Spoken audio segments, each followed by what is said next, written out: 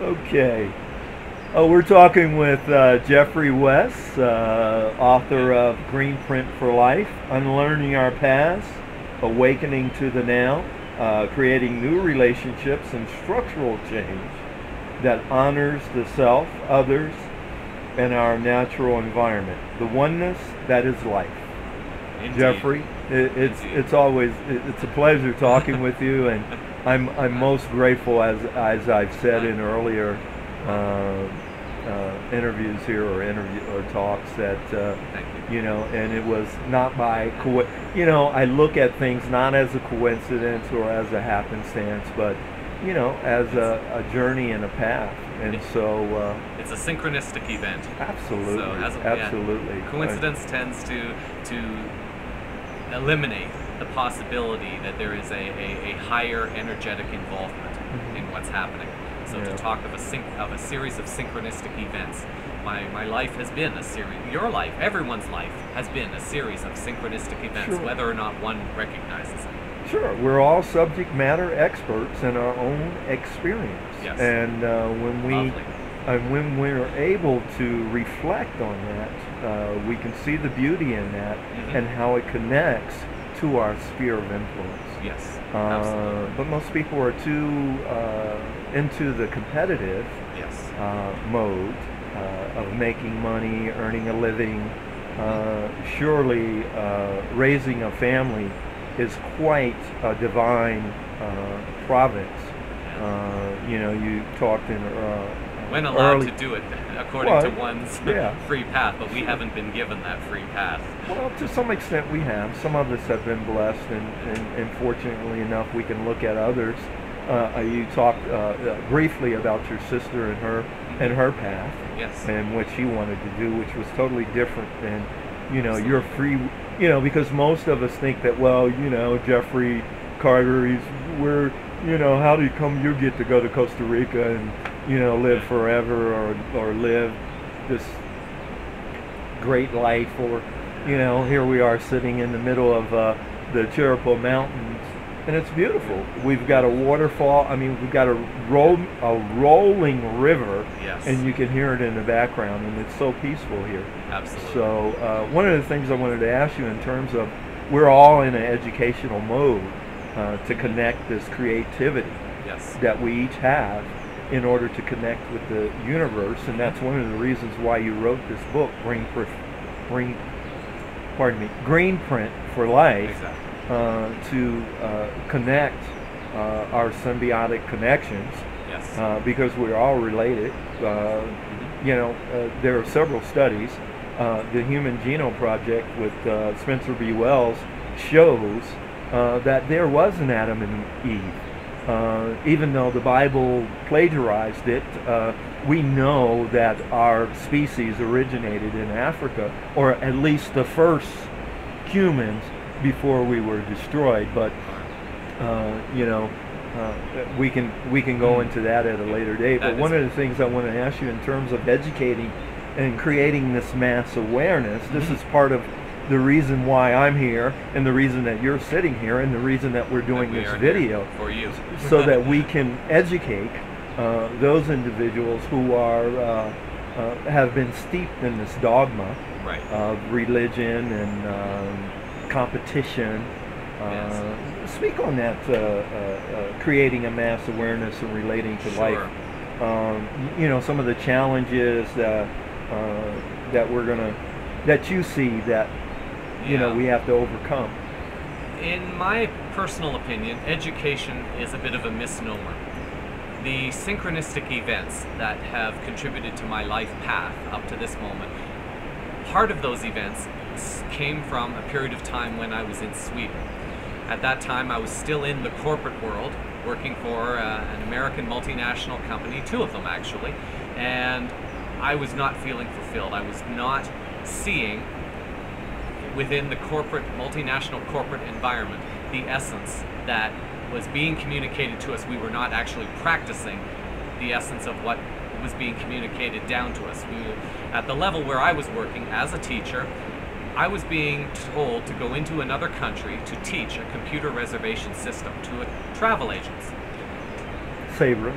Saber. I didn't really want to name, but if you want to go ahead and name, okay. I absolve myself from that. It's almost obsolete now anyway, you know, yes. because of the individual affiliations that we all connect to. Well, they kind of dug the hole for themselves, because in their desire to expand in the world, the need and the desire for shareholder expansion eliminated the need to create a quality product for each market. So the goal was just to be in each country, and then have the product was basically subsidiary to that. So I was going in and teaching basically a substandard product, because the race was just to get into the country, promise a whole bunch of things to people, and then really not deliver them. It sounds almost like what John Perkins does as an economic hitman. Are you familiar with? I've heard of the book. I'm not familiar with exactly what he wrote, and it saddens my heart to have to say that about these companies, because I am grateful to them. They being with them allowed me to connect with some beautiful people. Gave me the opportunity to travel. Absolutely. So I am extremely grateful for what they have given me. I just am not resonating with the ethic behind what the multinational corporate experience is. And it's not just them, it's with all. And I think a lot of people would agree with that. So I moved into I think they would agree with that. Perhaps now. If allowed. Perhaps now. If allowed. Yes. So I went into a space of almost a depression, trying to figure out what my path is. I was in debt because another experience in Sweden, I loaned an exceptionally high amount of money to a friend in Sweden to help turn his life around. And that created an extremely hard and difficult financial burden on me. And that was a synchronistic experience within itself, although I was not as aware of it at the time. I went through a period of feeling a bit bitter, because promises were made to me that were not being fulfilled, and I was making judgments that I have since learned I have no right to make.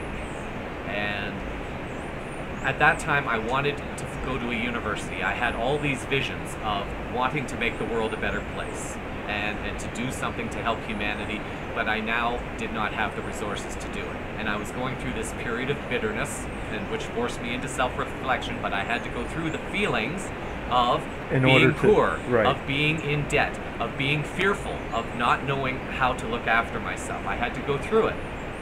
So I am grateful for that. An opportunity opened up to go to the University for Peace, and the universe opened up a magical opportunity for me to get a student loan in Sweden, because I happened to have a grandfather from Ireland, and that allowed me to get an Irish passport. So through my Irish passport, it allowed me to work in Sweden, it allowed me to go through those experiences in Sweden, and it allowed me to get the student loan to go to the University for Peace. Fast forward through the experience of University for Peace to answer your question now, education. What it's doing. My experiences at the University for Peace showed me that they are not committed to peace, at least not the kind of peace that the world is claiming to want. They are focused on the business of peace, selling and marketing programs that will perpetuate a state of peacelessness. The power comes from selling a state of peacelessness to people, not selling holistic peace, because that would be too positive. You know, focusing on the solution is not as profitable as focusing on the fear. Well, you hit the key, you hit the nail right on the head when you said profit. It's the competitiveness that we have gotten into. Correct. And we've gotten out of the creative mode, or the creative spirit, whereas a holistic piece would be in balance for the universe. Exactly. It would tap into the creative energies, that synergy, that symbiotic relationship that connects us all. Exactly. So education has been a tool for the perpetuation of fear, of debt, of control. So to use the word education, most people will consider mainstream education. What most people will not consider is that education could be as simple as taking a walk in nature and beginning to observe the trees and the animals, trying to see exactly what our First Nations and indigenous brothers and sisters instinctively knew from the past and Yeah. could connect to. A lot is coming out in regards to that, and we'll cover that Absolutely, in a the little next. more in our next segment. But I want to thank you again. Yeah. Well, I can't thank you enough in terms of being able to sit and talk with you and be able to shoot this video and give it to the world. So I'm sitting here with Geoffrey West. We're talking about a Greenprint for life, and we're talking about some of his experiences and some of maybe our listeners' experiences in terms of education and awareness on this segment. And I want to thank you once again, Jeff. And I'll see you in a few moments on the next segment here. And I'm sitting here with Irvin Carter, who is fulfilling his role in service to humanity. So thank you. All right.